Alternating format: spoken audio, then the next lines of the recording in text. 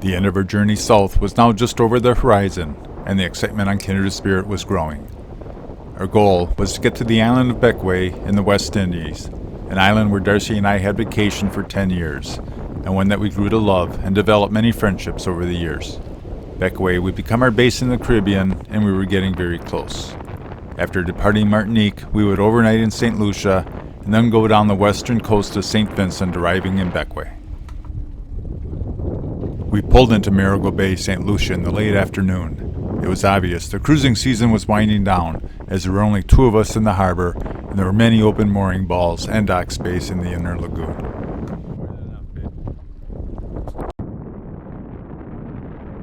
I quickly cleared into and out of St. Lucia Customs and Immigration, as we would be departing early the next morning. Marigot Bay's St. Lucia was a good place to stop for the evening, as it was a good halfway point between Martinique and Bequia. The high bluff on either side of the anchorage offered us great protection from wind and waves, and the inner lagoon is full of high-end resorts and low-key waterside bars and grills. It was fun taking a dinghy ride to take in the sights. We then enjoyed a local beer prior to heading back to Kindred Spirit, so we could properly prepare for our early morning departure the next day.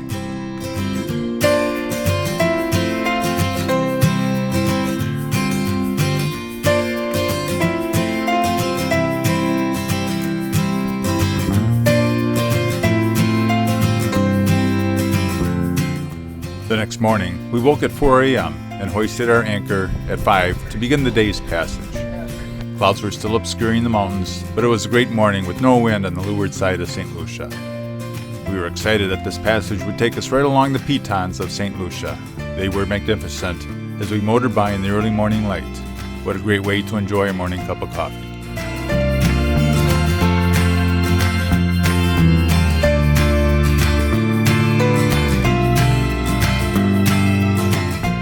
The water is quite deep at the base of the pitons, but they have mooring balls available if you want to stay. We'll be heading back next cruising season to spend some time at the base of these majestic pitons. Finally, with the pitons behind us, we enter the passage between St. Lucia and St. Vincent. The day was clearing up nicely, and we were again treated to a spectacular sail between these islands.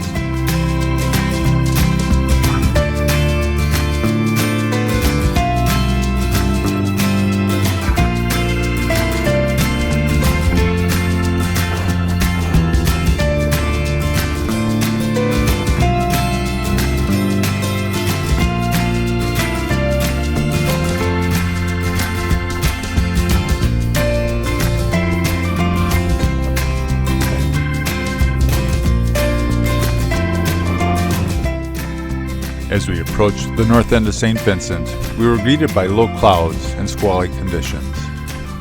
Darcy pulled out our St. Vincent and the Grenadines flag to mark our arrival in St. Vincent waters.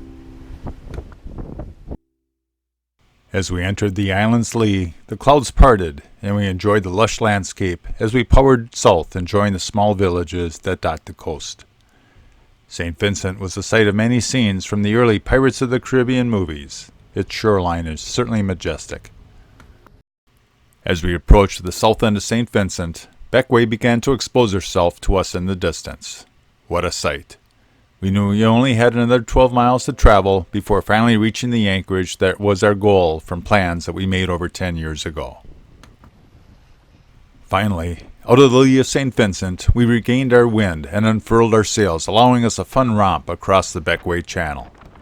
A sense of relief overcame us as we realized we were about to arrive where we long ago dreamed about. We've been living on Kindred Spirit at this point for over a year, and our long journey was finally over. A local photographer was able to capture this moment for us as we were just reaching Devil's Table at the tip of Bequia. As we neared the anchorage, Darcy ran to the bow of Kindred Spirit to celebrate. We have entered this harbor many times before on charter boat vacations, but this was the first time with our own boat. It felt great.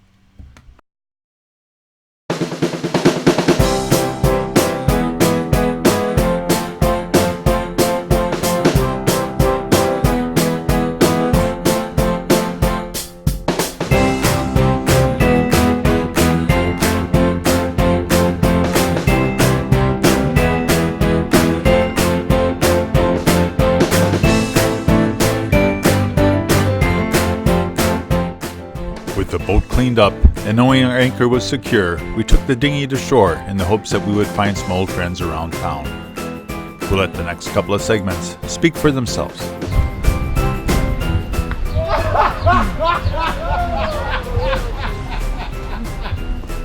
How you doing, man?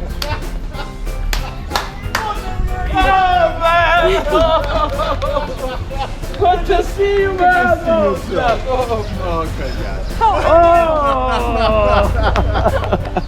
We finally just returned. arrived. We haven't even checked in yet.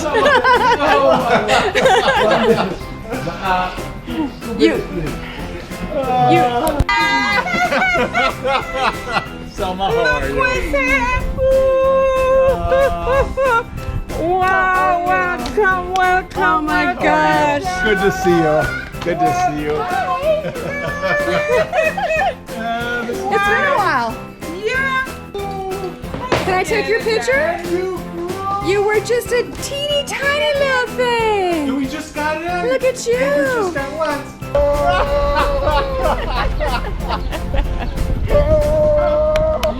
How's it going, man? Good to see you. You're looking well, man. Oh my gosh, we were hoping you'd still be here. Oh my God. We made it. We're here.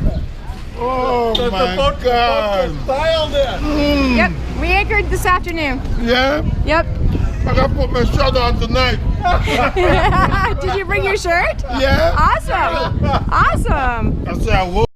This is the shirts Darnley was talking about. We knew he was going to be in Bequia, and we were all going to wear our Kindred Spirit t-shirts together after our arrival. I love it when a plan comes together. The fat man, they in Guadeloupe, and Jen said they're sailing straight for Bequia. They don't know if they're gonna stop anywhere else. I've been following you guys every day. I said, Jen, oh my God, you see Alex new boat? I sent the picture for you all. Yeah, yeah. Yeah, no, a nice picture. Oh man, Nice boat. Yeah. so nice seeing you guys there. You I gotta too. put my shirt on. No, I was waiting for you guys to put my shirt on. We gotta get the We'll do it tomorrow, man. Tomorrow? Yeah, we'll be around tonight when you're here. We're here. Yeah. When you are going, Mario? Bequia has a proud sailing tradition, and I've been fortunate to be involved with the local double-end fishing boats the locals race on the island. Having raced with Alec for a number of years, I was fortunate to have helped fund the building of this boat, Eclipse. She is raced by the Bequia youth, who have been racing her very successfully. A big thanks to the dedication of Alec and Selma in keeping the traditional sailing alive on Bequia. We also had a chance to look at Alec's brand new 28-footer he built. It looks awesome, and it's great to see another double-ender in the fleet.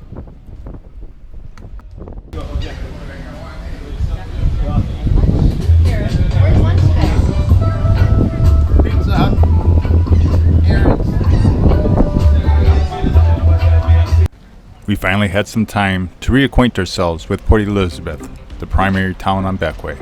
It felt good to wander through town, meet more old friends, and just relax as the days slowly went by.